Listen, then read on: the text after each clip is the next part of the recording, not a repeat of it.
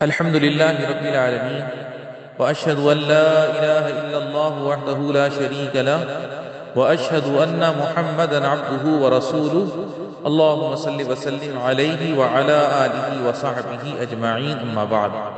محترم بھائیوں، آج عشرہ ذی الحجہ کا آخری درس میں آپ کے سامنے عرض کرتا ہوں۔ درس کا موضوع ہے حج اکبر کا دن۔ محترم بھائیوں، کل متحدہ عرب امارات اور عرب ممالک میں ذی الحجہ کے پہلے عشرے کا سب سے بڑا دن ہے، جس میں حج کے اکثر اعمال ادا کیے جاتے ہیں، یعنی رمی یعنی جمار، قربانی، حلق یا تقصیر، مزدلفہ سے مکہ جانا، طواف اور سعی کرنا۔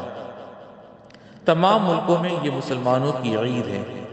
اس میں اللہ کے بندے قربانیاں کر کے اللہ کی قربت چاہتے ہیں۔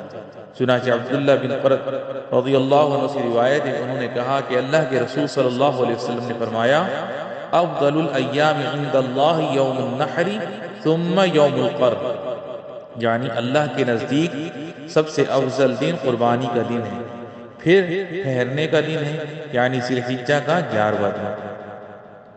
غیر حاجیوں کے لیے اس دن کے بہت سے آداب اور احکام ہیں۔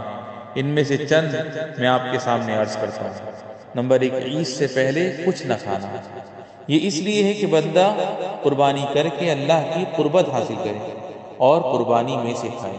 چنانچہ حضرت بریدہ رضی اللہ عنہ سے روایت ہے، ان رسول اللہ صلی اللہ علیہ وسلم کان اذا کان یوم النحر لم یطعم حتی یرجع فیأکل من ذبیحته، یعنی اللہ کے رسول صلی اللہ علیہ وسلم قربانی کے دن عیدگاہ سے لوٹنے سے پہلے کچھ نہیں کھاتے تھے، جب لوٹ کر آتے تو اپنی قربانی میں سے کھاتے تھے۔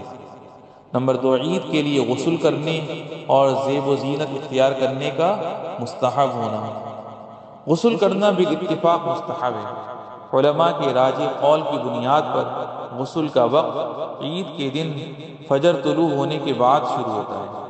زیب و زینت اختیار کرنے کے بارے میں ابن القیم رحمہ اللہ نے فرمایا، دونوں عید اور جمعہ کے لیے نکلتے وقت آپ صلی اللہ علیہ وسلم اپنا سب سے اچھا لباس پہنتے تھے۔ نمبر 3، عیدگاہ جاتے ہوئے راستے میں برابر تکبیر کہنا سنت ہے، یہاں تک کہ امام نماز کے لیے نکلے۔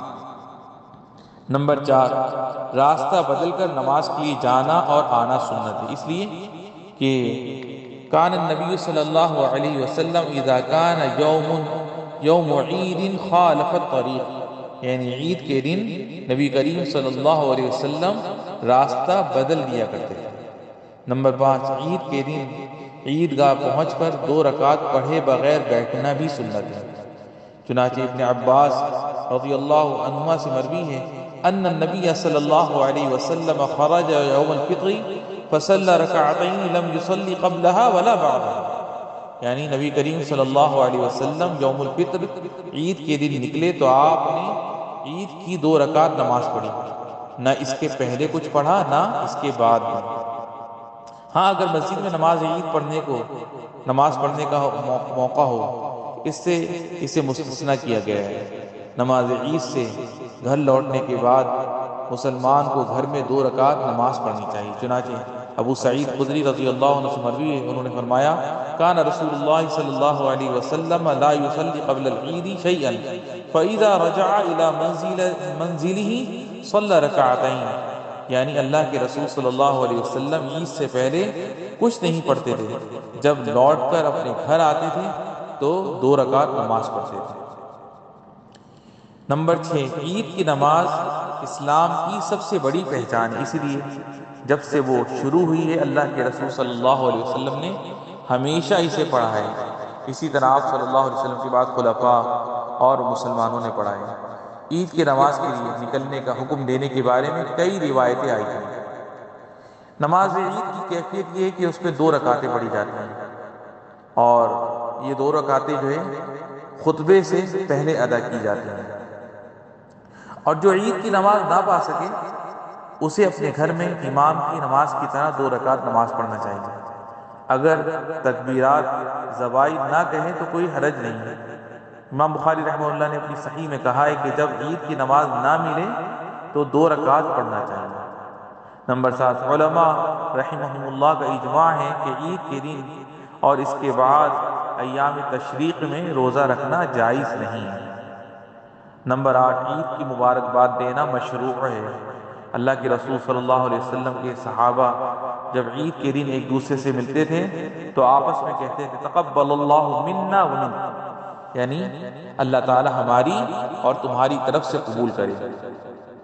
عید کے دن مشروع ہے کہ حلال اور مباح چیزوں کے ذریعے فرحت اور خوشی کا اظہار کرے، اہل و عیال پر کھانے، کپڑے اور مال میں کشادگی کرے اور نفس کو راحت پہنچائے۔ اس کے علاوہ مسلمانوں کے درمیان محبت اور الفت کے تعلقات کو مضبوط کرنے والے ذرائع اختیار کرے۔ اللہ رب العالمین ہمیں ان احکامات پر عمل کی توفیق عطا فرمائے۔ والحمد للہ الذی بنعمتہ تتم الصالحات۔